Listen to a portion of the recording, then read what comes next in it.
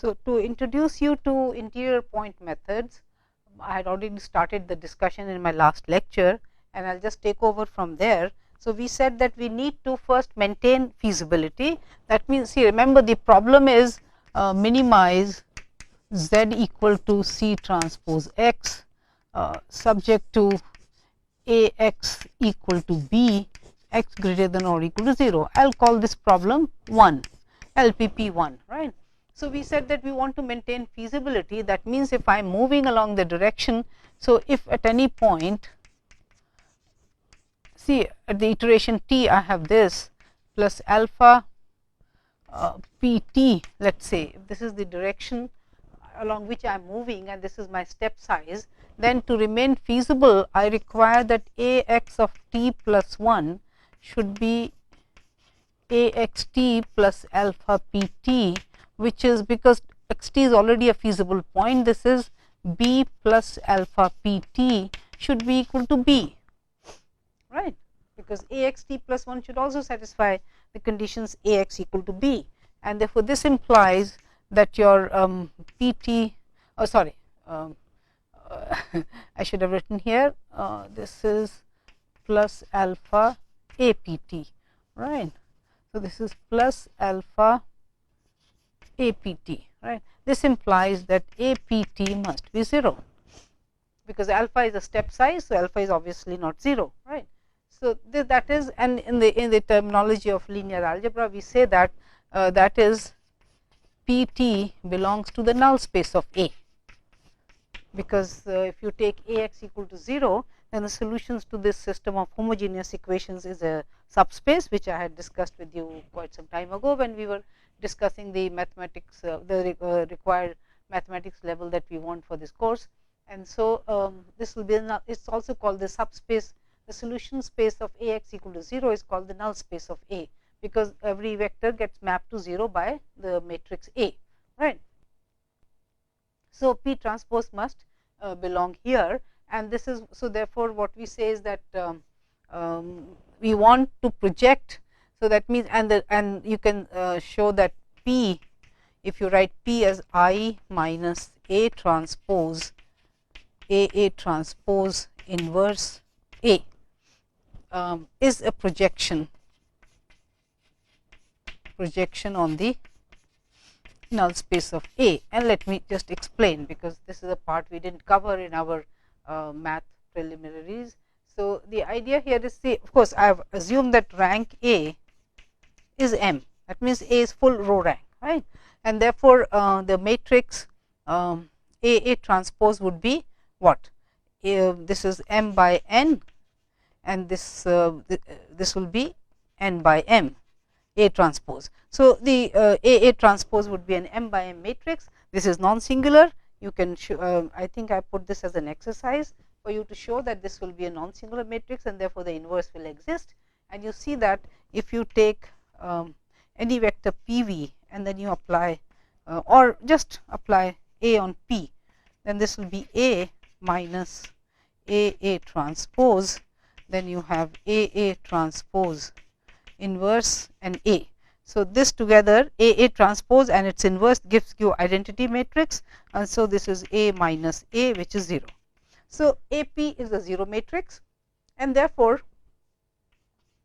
PV belongs to null space of A for any. So, here my P is an M by M matrix, right, for any V belonging to,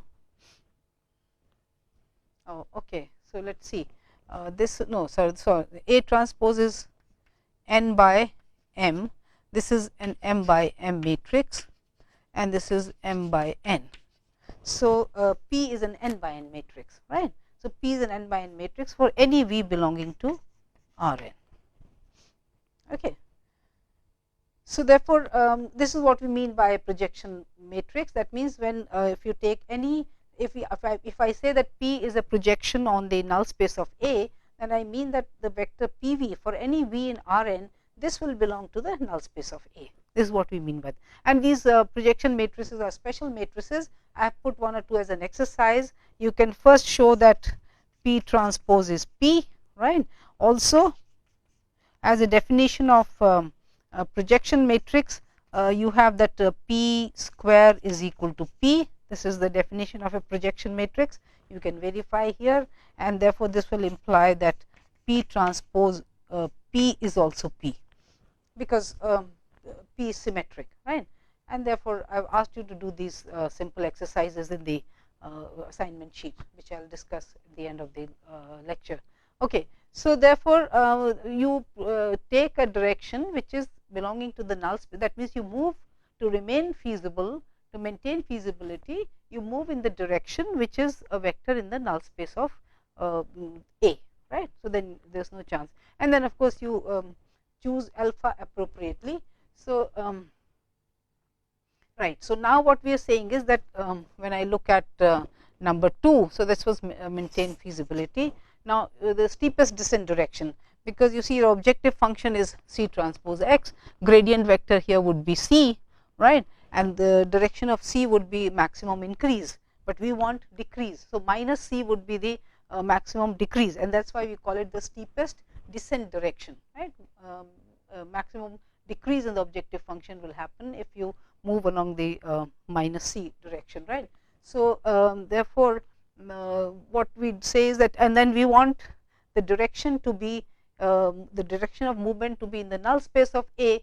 So, this implies that you will take your P, the direction of movement, or if you want to call it PT, that means at a time of tth iteration, this will be minus PC, right. So, C is the direction of maximum minus C is the direction of maximum decrease, and then I take the vector minus PC. So, this is now belongs to, so this belongs to null space of A, and you have projected the maximum decrease direction on the null space of A. So, again it stays as the maximum improvement. Well, we can verify. So, this will be your steepest descent direction, and you can check that if you write xt plus 1 as xt minus alpha PC, right, then you want to verify the value of the objective function at this point. So, this will be C transpose x transpose minus alpha C transpose PC, and now using these properties, I want you to do this as an exercise and show that this quantity is always greater than 0. C is a non-zero vector. So, therefore, this is less than C transpose x transpose, right. So, I have shown you that alpha is a positive number. So, what we have seen is that if I move, if my xt plus 1 is, that means if I have moved in the direction PC, then minus PC, then my objective function value will decrease. Okay. So, steepest descent direction gives us a decrease in the value of the objective function. So, that is what we do, and now staying in the interior. Yeah. So, staying in the interior, the point xt plus 1 satisfies the condition Ax equal to B, the conditions, because I showed you, because this is a projection in the null space. Now, the question is, you want also xt minus alpha PC to be greater than or equal to 0, right, for all, or in other words, this implies that you want the jth component minus alpha PC jth component to be greater than or equal to 0. So, you see that from immediately from here, if PC, if the jth component of PC is less than 0, then of course, this condition is not going to be violated for any value of alpha, because this becomes positive, and xjt's are already positive, right. So, whenever jth component of PC is less than 0, is greater than 0, then you will get a limit on alpha. So, from here you see all these conditions for all j, all these conditions have to be satisfied, right.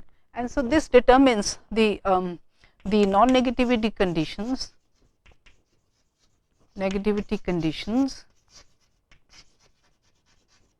on the components of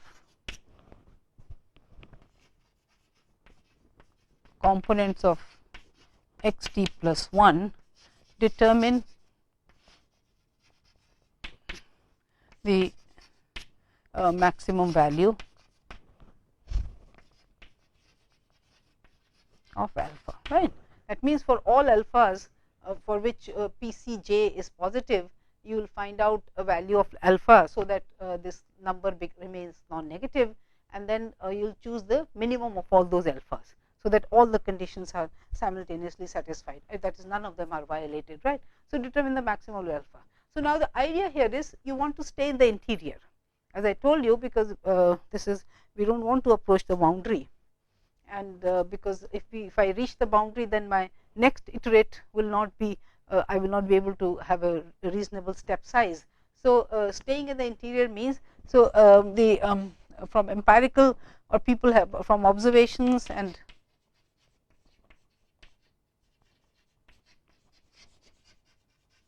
it has been found that a value that the cutoff for the cutoff for a value of alpha should be between 0.5 and 0.95 of the original alpha, right, of the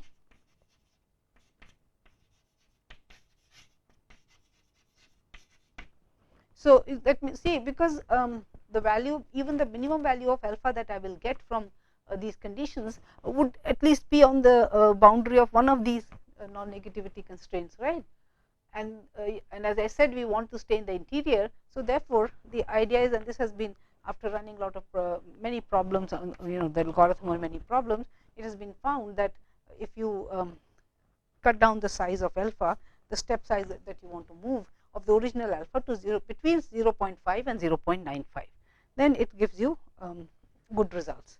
So, this is what we are saying, staying in the interior. And now, the idea about centering. See, as I told you, even I had drawn a figure. So, we had said that if your point x is here, then you can only move, and you are moving in this direction. Suppose if the value of the objective function is decreasing in this direction, then from here the step size is only this much. But if you are somewhere here, then the step size would be much larger. And the idea is that you want to decrease as much, you want as much decrease in the value of the objective function as possible. So, centering also helps. That means you want to, so depending on where your point x t is, then we make a transformation and we transform the whole feasible region, so that the current iterate is at the center of the feasible region, and that is not difficult. So, this is what we will discuss in the next step. So, see, what I am trying to do here is discuss the key ideas that go behind the development of the interior point method, and then we will discuss the actual implementation. So, then I will give you the exact algorithm, right. So, here, yeah, so let me now discuss centering. So, here if you have the point, so at x t define D as diagonal x t. That means, the entries, this is a diagonal matrix where the diagonal entries are x t 1, x 2, x t 2 and x t n, all other entries are 0. Define this and make the transformation, and make the transformation x equal to dx hat, right. So, therefore, this would imply that x hat is d inverse x, and you see, okay, and okay, I am writing x t here. So, let us make the transformation. This is diagonal. So, this is this and this is this. So, then x hat t would be this, and you see that now the inverse, and why the d inverse exists? Why d inverse exists? Because you see, remember, we are at every point, at every iteration in the interior of the feasible region, which means all components of x t are positive, right, and therefore, d, the when you take the diagonal matrix D, the value of the determinant is product of the diagonal entries, which is non-zero, and therefore, this is invertible, D inverse exists. And when you do this now, when you multiply D inverse with x t, you see you will get the identity vector, right. So, this is equal to E, which is equal to 1 1 1 transpose. So, all the components of the vector x hat t are 1 1 1. So, this is what we mean by. So, you have scaled the variables, the variables vector x t by this doing this. So, you are making this transformation, and now what we will do is substitute this in the original problem, substitute for x in LPP defined by 1. So, this will give us what?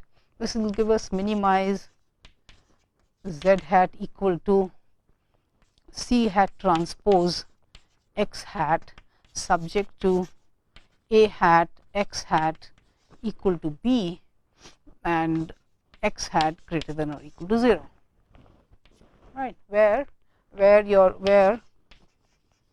your c hat is again see you in the original problem you had minimize c transpose x. So, for x I am making the substitution d x hat, right. So, then this will be d c. So, this c hat becomes d c, okay, fine, and a hat becomes a d, because x hat is d x. So, I mean x is d x hat. So, when you have this constraint a x equal to b, for x I write down d x hat. So, then it will be a d, right. So, the matrix now becomes this, and with this transform problem. So, in this case once you have done the centering, you see, because now x hat has components 1 1 1, and in the orthant, because you have these non-negativity constraints. So, you have brought the point, the current iterate from which you are going to work or get look for the step size and the direction in which you want to move. You see, it is equidistant from all the boundaries, which are your x j greater than or equal to 0, right. So, if you look at this non-negative orthant, then this point, the current point, is now equidistant from all the. So, then you see what you are trying to say is that your point is now not biased by any constraints, and your step size should therefore come out to be a good reasonable size, right. Okay. So, this is what we have here, your projection matrix. So, therefore, your projection matrix P hat will be now I minus A hat transpose A hat transpose inverse A hat. So, this becomes your projection matrix. So, then you find out the direction of projection, which is P transpose T plus 1, you can call it, then minus this will be your P hat C hat, right, because now you are working with a new problem, with a transform problem. So, this is your direction of movement, and then you will find the, okay, let us just make sure that, fine, just keep it as it is, because we are at x t right now, and so let us P hat is minus P hat C hat, and then I will move. So, therefore, my x hat t plus 1 is x hat t minus P hat alpha P hat C hat, right, where x hat t is actually your E. Remember, after the transformation this becomes 1 1 1, right, minus alpha P hat C hat. And so, we can determine the size alpha, as I told you, by making sure that non-negativity conditions are satisfied, and then we will cut down this alpha to a number between 0.5 and 0.95.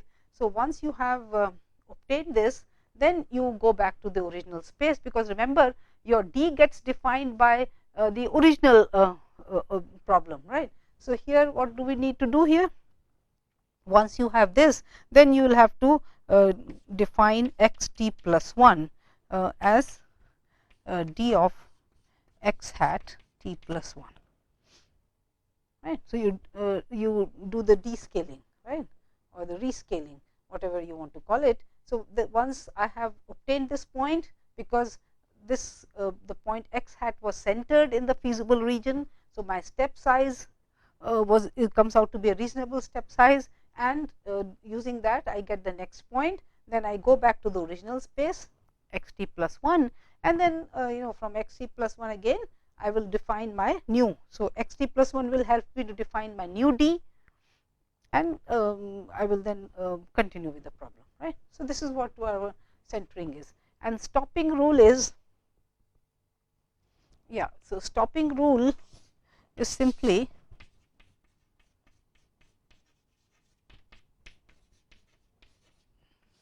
stopping rule is when x t plus 1 and x t, remember we will work with x t plus 1, because x hat t plus 1 and so by after scaling all become 1 1 1. So, when x t plus 1 and x t are close, so here you can put this thing. For example, most of the people say that the distance between x t plus 1, that means norm x t plus 1 minus x t is less than some number epsilon, you can stop, right, because then you say that the current point, the current iterate is close to the optimal solution. And so, now this is the basic idea, and let us now look at the implementation part. So, we will discuss some more aspects there, and then I will try to show you where these algorithms, where these methods stand. Okay. So, before I actually, so what I have given you here are the ideas behind, these are the basic ideas behind any interior point method, and right now I will discuss the one very basic one, which is Dickens method, and it is also known as a primal affine method. And let me explain the word affine here. So, affine transformation, I think I used it while defining while discussing polyhedral theory, but let us quickly review it. So, what we say is that an affine transformation is an n by n non-singular matrix, and if D is some vector in Rn, then the transformation y, which transforms x by this rule D plus fx, is called an affine transformation, right. And you see that everywhere in this, these are affine methods. Dickens method is an affine transformation method, because x hat t plus 1 is x hat t minus alpha p hat c hat. So, the transformation is from x hat t to x hat t plus 1, and this is the direction. So, here actually your transformation matrix is the identity matrix. So, the affine transformation is given by this. That is what I wanted to point out, that this is the direction which you are moving, and this is the point which gets transformed to x hat t plus 1. Now, let us look at the steps of the algorithm, and I will try to discuss the details as we go along. So, of course, the starting point is that you have an interior point feasible solution x equal to x naught, right. Okay. And the point x naught satisfies the conditions a x naught equal to b. It is an interior point solution. So, x naught is strictly greater than 0. That means all components of x naught are positive. Okay. Then we initialize the counter, we set t equal to 0, because the starting point is x equal to 0, x naught, and then you define the diagonal matrix D, which is made up from the current iterate, which is x t, whatever the counter, and then you compute the centering transformation a hat a d, right, just to explain to you here, and the c hat is d c, right, the objective function cost vector, and the new coefficient matrix is a d. So, once you have this, then we will determine the projection matrix. So, the projection matrix is given by this after the transformation. Okay.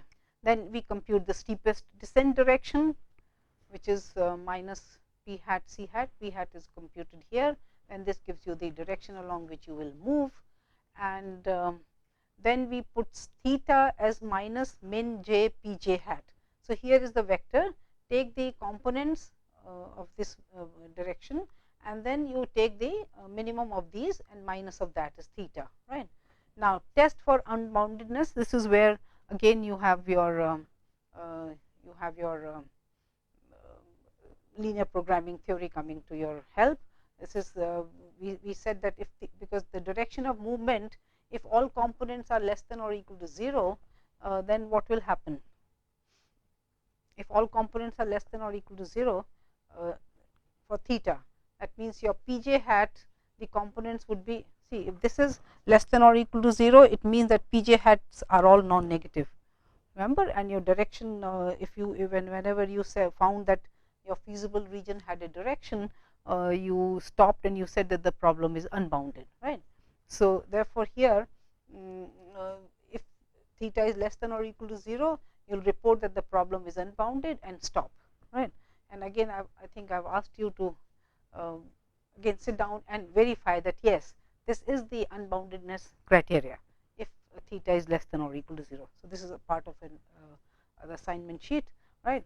And then if this is not satisfied, then of course you will go on to step 8 and you will compute x hat t plus 1 as e plus alpha by theta p raised to t, because you are normalizing here, okay, alpha by theta p raised to t, where e is 111 transpose and alpha is set to a number strictly between 0.5 and 0.95. Okay.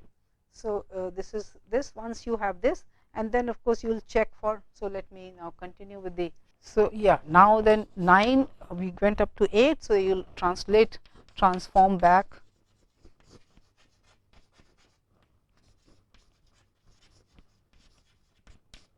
to the original problem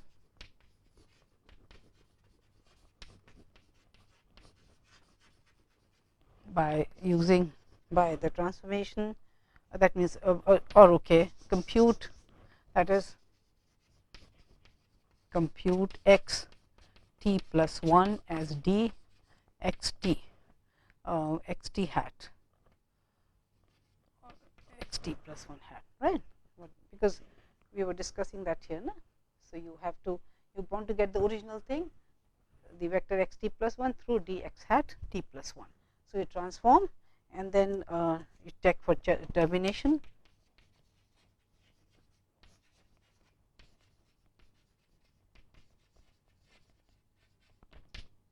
So here one can have more than different criteria also. You might just look at the norm of x t plus 1 itself, but normally you want to see that when you become getting closer and closer to your last iterate, then you want to stop, because you know that you are not going to get much improvement.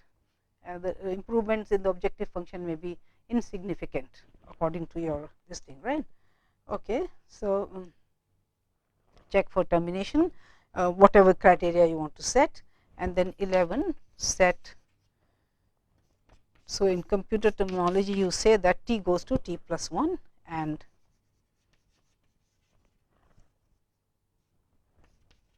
go to step 2.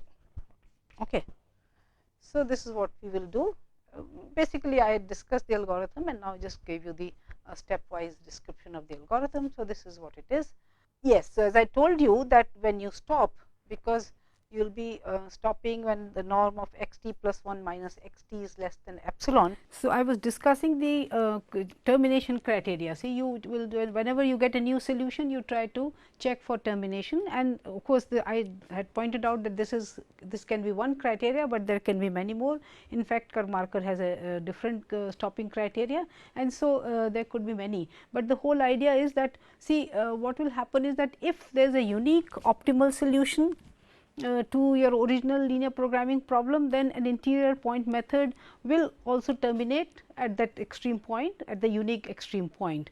But problem arises when you have a non-unique optimal solution. In the case of a non-unique, I should have said non-unique optimal solution, that means the dual problem has degeneracy, then because you see your one of the C j minus Z j's will be more than m of them will be zeros, and so you can have alternate optimal solutions and so on. So in the case of a non-unique optimal solution, an interior point method will typically not terminate at an extreme point, that is at a basic feasible solution. Right. Instead, it will terminate at a point somewhere on the optimal face of the feasible region. See, I told you that if in case you have two optimal solutions, then every point on this edge of the feasible region of the feasible polytope will have optimal solutions, all of them, right. And in fact, in more than 2 dimensions it will be a face, because it will be a supporting hyperplane. So, we call it the optimal face. So, every point on that optimal face is an optimal solution. So, your interior point method may end somewhere here, anywhere on the optimal face of the feasible region. In that case, you want to still get to an extreme point, because what happens is in some applications it may be okay to have a non basic feasible solution or a non extreme point solution, but sometimes especially in commercial applications and so on, you want minimum number of non-zeros. You do not want to have too many positive variables in your solution. So, then because then that way you have less choices to consider. So, therefore, at many applications it is desirable to have basic feasible solution, and therefore, you would want to be able to go to the closest basic feasible solution, which is an optimal solution. And in the again somewhere in the course of the while developing the linear programming theory, I had shown you how to obtain a basic feasible solution from a feasible solution. But now, we will have to just extend that technique, and which is possible and simple. You can just read it up, that if you want to go from a feasible solution to a basic feasible solution, such that the two objective function values are the same, because remember this is the optimal solution and you want to go to a basic feasible solution which is optimal. So, the values of the, and essentially you will be moving on that face. So, because from here you either go here or you go here, then in the process you see you just have to maintain that the value of the objective function remains the same. And once you do that, then you will be able to reduce a feasible solution, which is an output of an interior point method, to basic feasible solution. So, a little more work will be required. So, you can see that of course, in a linear programming problem, you will always be able to end the algorithm at a basic feasible solution. Here, you will be required to do a little work to get to the extreme point optimal solution. Second drawback of this set of this class of methods is that you need a starting interior feasible point, okay, and that can be a problem. And so, Deakin of course gives you a method for obtaining a starting feasible solution, which means that you again apply the interior point method to get a starting feasible solution. And then of course, there is no problem in that you can stop the moment you have the feasibility satisfied, and this will again be done through the big M method, the same technique of using an artificial variable. So, let me just give you the spell out the method for obtaining a starting feasible solution. How to obtain a starting interior point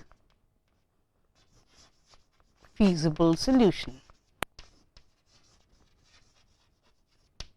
Okay. So, it says that you minimize equal to C transpose x plus M x A. Okay. So, I am adding an artificial variable here, and the corresponding constraint is subject to A x plus b minus A x naught, and I explain why x A equal to b, where x and x A are greater than or equal to 0, and x naught greater than 0 is some point in Rn. So, you see here ambiguities are there, and lot of experience is needed to really, depending on how you choose your x naught, it will but anyway, first look at the problem. So, here you see I have added an artificial variable, and A x plus b minus A x naught times x A is b, and here if you choose so x naught greater than 0 and x A equal to 1. So, this is the starting feasible interior point for this transform problem, right, because right now here even to solve this problem by the interior point method, I need the starting feasible solution, which is an interior point. So, x a equal to 1 and x naught strictly positive, all components positive, is a feasible solution here. Just see, because yeah, when I take x equal to x naught, a x naught, and then this is 1. So, a x naught minus a x naught cancels and you have b equal to b.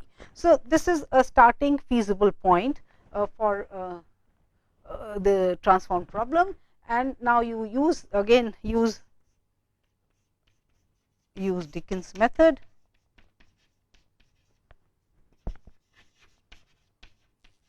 right, and stop when x a is 0. The moment you get that the artificial variable x a is 0, you would have a feasible solution for a x equal to b, and you want interior point. So, that is it. So, therefore, once you get an interior starting feasible solution, you can continue go back to the original problem and continue working with the interior point method. So, this was one of the primal methods. That means, you started with a primal feasible solution and then maintained feasibility, and then stopped when you thought that you had come close to the optimal solution. Now, there are also dual methods, dual interior point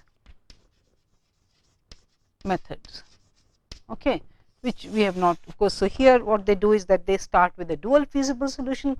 Again, you see, as in LPP, you may start with a dual problem if you have easily access to a dual feasible solution, right. And if we had an access to a primal feasible solution, we use the primal simplex algorithm, and you saw the variation. So, same here, if you can find a dual interior point feasible solution, then you may start with dual methods, and of course, almost the same ideas persist, and you can follow the algorithm. Then there are some infeasible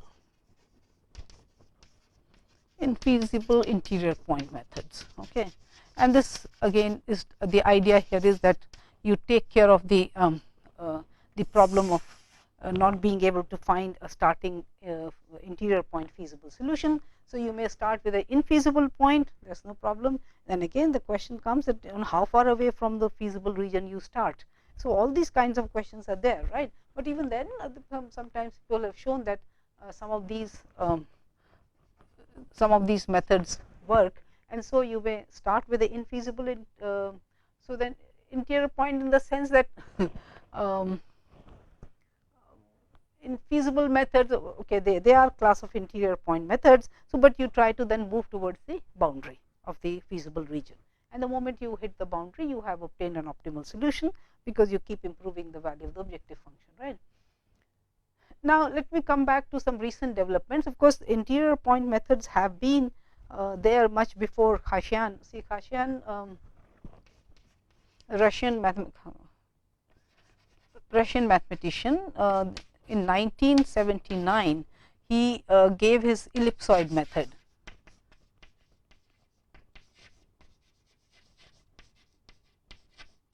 The famous ellipsoid method, where he kept shrinking the size of the ellipsoid in which the optimal solution. Of course, he worked with the feasibility problem in which the feasible solution will lie, and once the size of the ellipse became within a certain limit, then you could conclude that you have an optimal solution, because the volume of the ellipsoid was so small, so that it could only contain one feasible point. And so, he this was a remarkable breakthrough, in the sense that so far linear programming problems were not known to be feasible, to be polynomial time. I will try to explain to you in the next lecture what I all mean by that. And so, he could actually show that the linear programming problems can be solved in polynomial time, but the size of the complexity. So, this algorithm, or the complexity was of order n raised to 6 LB square, where you see this is the number of bits. LB is the number of bits that you require in the computer to store all the data. That means this is your matrix A, C and B. So, these information this is how you define an instance of a linear programming problem. So, to store all these, this is number of bits, so square. Now, this was the polynomial size is high. So, the algorithm of course was a breakthrough in the sense that it showed that LPPs are polynomially solvable, but his method was, the algorithm was slow. Algorithm was slow. In fact, one iteration took longer than the iteration of the simplex algorithm.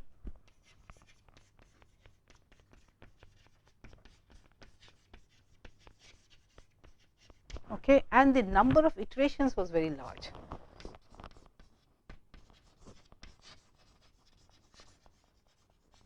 Number of iterations was very large. So, in fact, not at all a practical algorithm. In fact, it was not implementable easily. So, as a theory, it was a beautiful theory because it showed that linear programming problems could be solved polynomially, which was not which had not been shown earlier. So, and of course, the methods and separation methods and so on have given rise to so many other ideas of solving hard problems, but in any case this was not implementable. And even the earlier interior point methods which were there were not again very implementable, because they would require a lot of computations. And Karmarkar then in 1984 came out with an interior point method which was fast. Actually, he claims that it is 50 times faster than, which may be for some problems, not all, 50 times faster than the simplex method, than the simplex algorithm.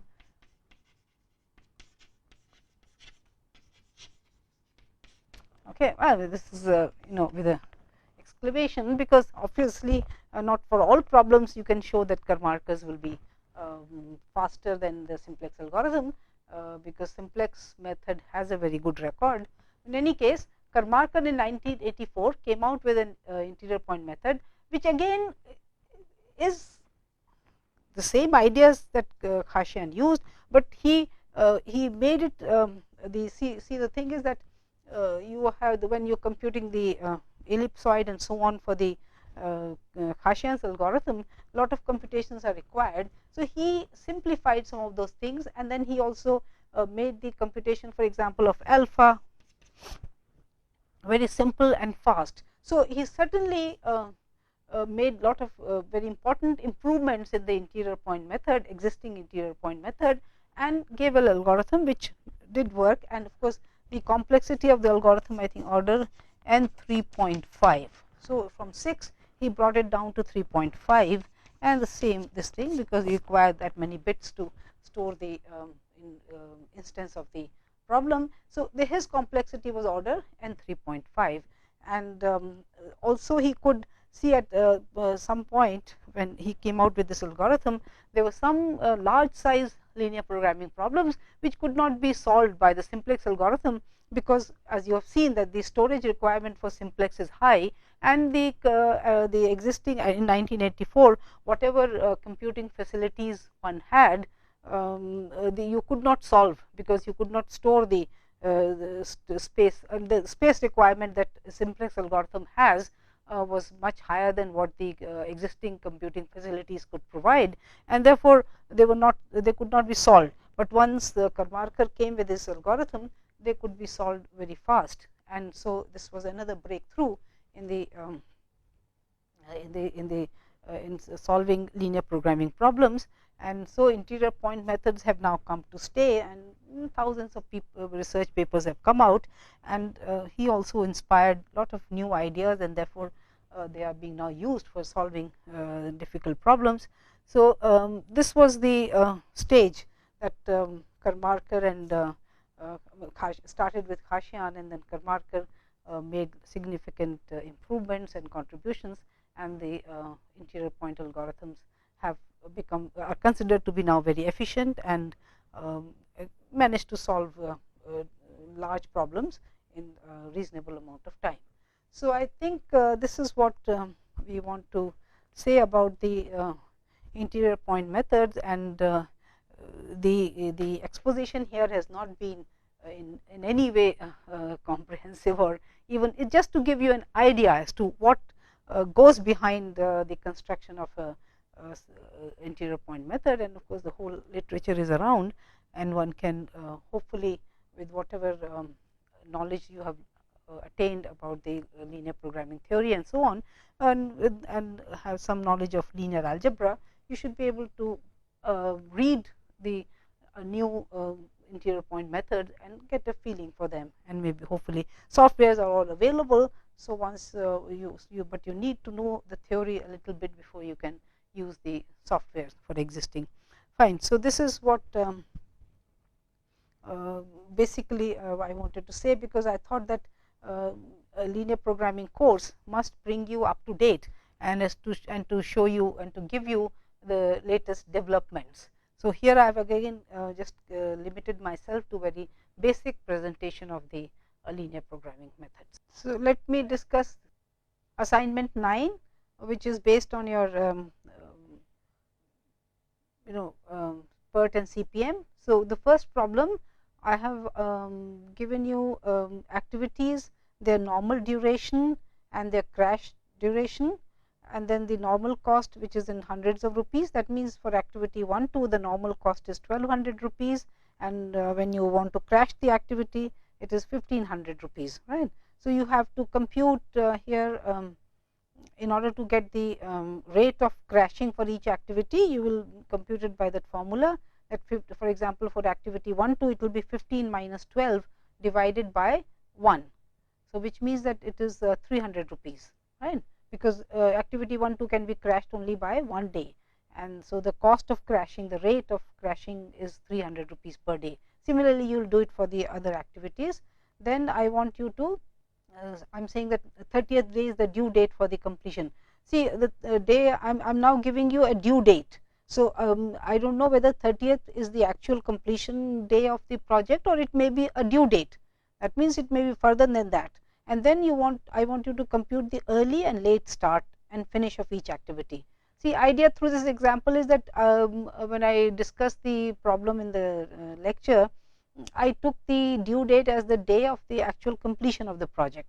So here I think I have made 30th a little different from the actual completion time, and so the early and late start. So for example, if 30th if the project is completing before the 30th day, then you see the late and early starts for critical activities will not be zeros. There will be some slack there, but that's because you're delaying you're saying the due date is beyond the actual completion of the project. Anyway, just check for yourself. Okay.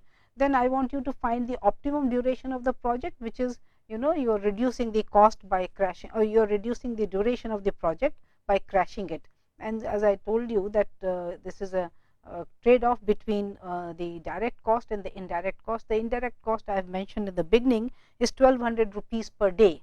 So if your saving by crashing the activities is less than 1200 in a day, then you will go on crashing till the cost of crashing goes beyond 1200, right?